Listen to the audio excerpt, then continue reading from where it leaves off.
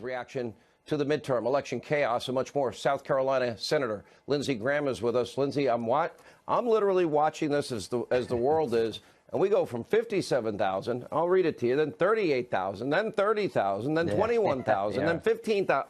I mean, you can't make this up. And no, you can't. But Florida federal laws are very clear. Well, the law exists to avoid this situation. You want to account for the vote 30 minutes after the election, every 45 minutes. There's been over 90,000 votes come in after the close of voting, in clear violation of Florida law. It's designed to prevent this situation. Broward County is a national joke when it comes to elections, and here's where Kavanaugh has a lot in common. When it comes to counting votes and confirming judges, there's nothing Democrats won't do to win. They tried to destroy Brett Kavanaugh. It didn't work. They're trying to steal this election. It's not going to work. And I can't wait to get back to work and make sure we put men and women on the judiciary who actually follow the law. The law means nothing to liberal Democrats. It's all about outcome. And they're not going to win. Lindsey, they didn't destroy Kavanaugh, and they're not going to screw Rick Scott. Senator, Hillary cheated Bernie Sanders out of the nomination. Mark Elias is her attorney. Now, think about this. He's the one involved, the money funneled through a law firm. I would argue that we should investigate if that's a campaign finance violation. Funneled through a law firm, labeled as a legal expense, but it wasn't. It was then used to hire Fusion GPS. This is the same Mark Elias. Then, of course, that leads to the Russian dossier. The Russian dossier is disseminated, leaked, its contents, before the 2016 election. Why? Because they wanted to steal that election by misinforming and propagandizing the American people. Same players, same character, same MO, same objective, win by any means necessary. Well, look at Brett Kavanaugh. They tried to deny him a place on the court by being deceitful, withholding information from the committee, ambushing him, changing the legal standard. You're guilty until proven innocent. What are they doing in Broward County? They're taking Florida law and turning it upside down to get a result. This liberal activist lawyer, the Clinton lawyer, went to Florida with the purpose of winning the election. Well, the election was held on Tuesday. Bill Nelson was running, not the lawyer. Rick Scott won fair and square. What's going on in Broward County is not fair and it's not square. And we're going to get to the bottom of it. Rick is going to win. But please remember this about 2018. The 2018 cycle is going to be remembered for liberal Democrats doing whatever it takes when it comes to judges and votes to win. The law be damned. In the eyes of liberal Democrats, the law is just something to get around when it comes to winning what you want. Well, remember, a judge found that Snipes had violated state and federal law. That was the Debbie Wasserman Schultz recount. She just destroyed the ballots illegally. She's not updating every 45 minutes. Which she's supposed to do. She didn't give an accurate number. 30 minutes. All the other counties in Florida, including the Panhandle, did. If this is not stopped, there's no stopping. The level of cheating that will go on will be unprecedented. Yeah, incompetent and deceitful is no way to go through life. But if the shoe were on the other foot and this was a Republican-held county, they'd be eating us alive right now. Yeah, media is ignoring it. All right, Here Senator, with more insight, former it. Deputy Assistant to President George W. Bush, Brad Blakeman. Before he was at the White House, he was down in Florida. This has got to feel like deja vu all over again. I have the shakes just watching what's going on down there. But it's very typical of what happened when we were down there. Yeah. You have people protesting outside. It's really a three-pronged effort. One is the recount itself, if there is one, and I'm sure there will be a mechanical. The other is fighting in the courts, if necessary. We've already seen that. And the other is PR. Although voting has ended, the campaign has not until there's a definitive winner. Interestingly enough, these guys now on both sides, the Democrats and the Republicans in Florida, are stealing some of the tactics you used back in 2000. This was a sign from 2000. Yep, this was signed 2000. Although I must say Joe Lieberman is a friend. We become friends after this. But what we wanted to do is we wanted to take the recount to farce, because we needed to show that this was a rigged deal in 2000 and that they were trying to actually steal the election.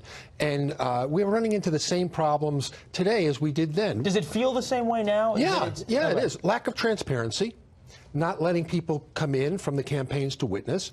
All of a sudden, ballots appear from nowhere, not getting accurate counts, and having the court step in and ballots being mixed in. These are live pictures now as these protests continue. One of the things that was pretty interesting, we've seen Rick Scott out fighting, being extraordinarily vocal in his press conferences, a la George W. Bush and your team. Ron DeSantis, who is ahead in the vote count, though, has gone to ground. The guy, you don't see him. This is somebody who loved being on every possible television show he could, and now you can't even get a hold of him. Right, and I think he's letting Scott be the face of this recount, exactly for the reason you stated, because Scott's got more to lose now in the recount than DeSantis looks like. And then you have Nelson, who can't be found either, who's never shy to the media, and he's pulling a Gore. He's letting others fight his battle. I don't think it's a smart strategy. I think if you really want to win, you got to show it every day, and you have to be up on what's going on and on top of it, not letting others speak for you. Andrew Gillum has a press conference later today, obviously coverage here as that happens from our reporters down on the ground. Our reporter down there, Doug McElway, was talking about these crowds getting pretty rowdy in a way that really didn't happen in 2000. You know, there were protests, but you guys ate a Joe Stone crab afterwards. Right, exactly. It was more theater than anything else. As a matter of fact, Democrats didn't show up. Republicans did things. We took things out of their playbook. We assumed that they would show up en masse. They really never did. And Republicans did civil disobedience, something that we were not known for, but very effective. Predictions. My prediction is the numbers just aren't there historically for a recount of this magnitude, I'm talking about in vote, to have an overturning of the election.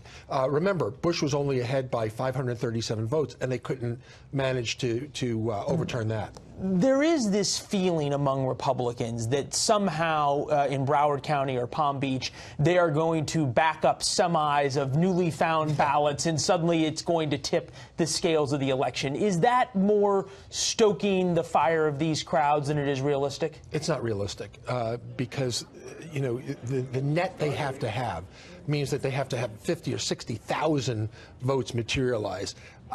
In the macro, it's not going to. It should not happen. If it does happen, then there's something terribly wrong. If it does happen, they may call you down to come back. You're ready. Well, you know, as we said earlier, it's a lot nicer to have this happening in Florida than it is in Montana. No question about it. Hawaii would be nice. Hawaii would be nice. They seem to have this problem though in Florida. Is there something about Florida? You know, we heard in 2000, never again. Allegedly, they learned the lessons. Yeah, it's incompetence. I'll tell you, out of 67 counties in Florida, why does it always come down to Broward and Palm Beach County? And why can't it be on Republican votes that they screw up? It seems always the same problem in the same jurisdictions. Well, I mean, that goes back all the way to, what was it, 1960, when old man Kennedy was quoted as saying, "I'm not going to pay for a landslide. Don't buy any more votes than you absolutely need." As we're watching these pictures here, one of the big question marks has been this intermixing of ballots and these reports that ballots that were deemed valid and votes that were provisional and questioned had been intermixed. Once they've been intermixed, you can't unmix them. No, but that's the problem, is you have either fraud or incompetence. Neither one is or good. willful incompetence that turns into fraud. But the election commissioner in Broward County has already been rebuked in prior elections for destroying ballots, misprinting ballots. And we know in this election cycle she's failed in reporting. There's something terribly wrong, and it's up to whoever the governor turns out to be and the U.S. senator to get it right. Well, and to the point in terms of about the election supervisor down there, she held a press conference in which answers were very difficult to come by. We'll see if there's another one in the coming days. Brad, thank you. Pleasure. Thank you very much. Good to see you. I thank you. God bless you, and may he continue to bless the nation that has showered this land with love for more than 2 centuries. Thank you all. God bless you all.